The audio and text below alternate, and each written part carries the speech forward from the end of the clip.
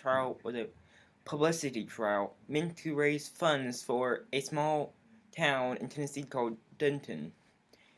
The trial was based on a law called the Butler Act, which prohibited the schools in Tennessee of teaching the theory of evolution made by Darwin, because it went against the Bible form of teaching the creation and way of man coming about.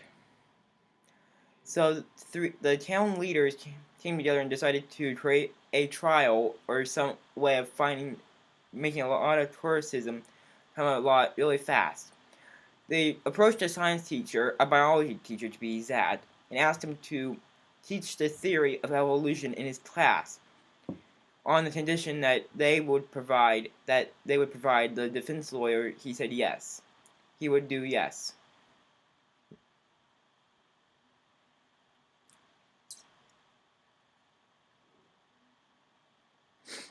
They provided the best lawyer for him in the United States at the time.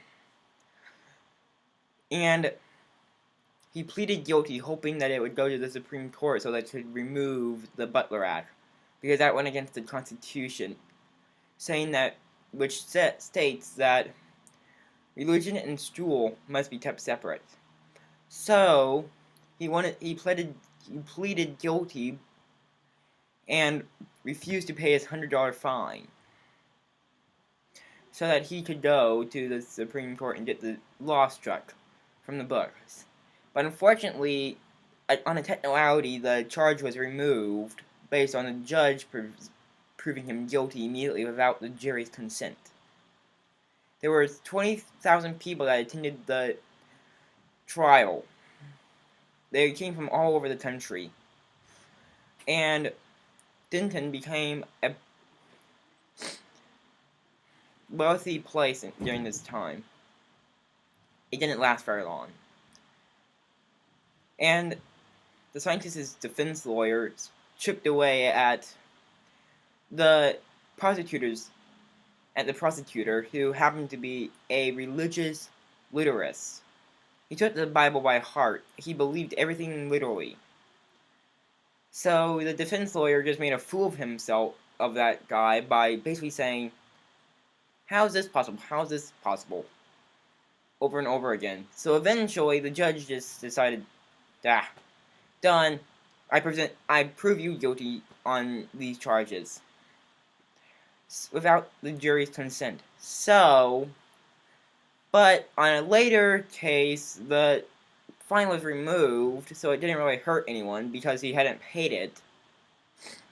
And the thing is that the theory of evolution was actually in the Stake books, a book that everyone pretty much referred to in that time. So the Butler Act didn't really do very much in this, and the scientist was arrested for speaking of the forbidden theory of evolution.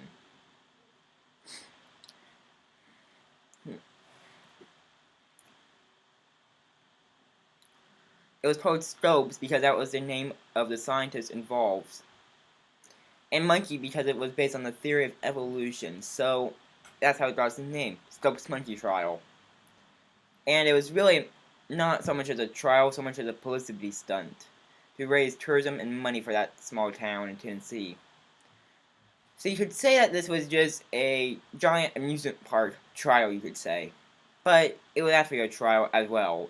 So you could say it was either that or an amusement park trial. Either one would really work. But I think it's more likely to be a true trial. But meant to be a tourist attraction, which it was. They handed out stuffed monkey toys. Big hit.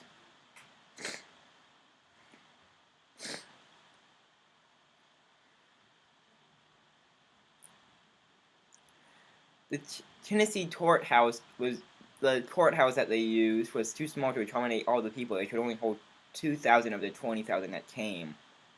So they had to move out into a tent on a hill close by. It was 80 degrees outside, so it was kind of miserable for everyone involved. in the last few minutes of the trial, you could say, the defense lawyer asked the prosecutor a question. Do you take the Bible by heart when it says, this is my own words, that God created the earth and the solar system and the universe in 6 days? The prosecutor answers, not in 6 24-hour days, which proves that he doesn't take the Bible by heart completely. So, other than that, he pretty much made a fool of himself in every other regard by referring to the Bible in every instance. So the Scopus Monkey trial was just more or less a publicity stunt for money, a fundraiser, you will. So, this is Holland Spidell coming to you from OTA, Old Town Academy, San Diego, 2013, March 27th.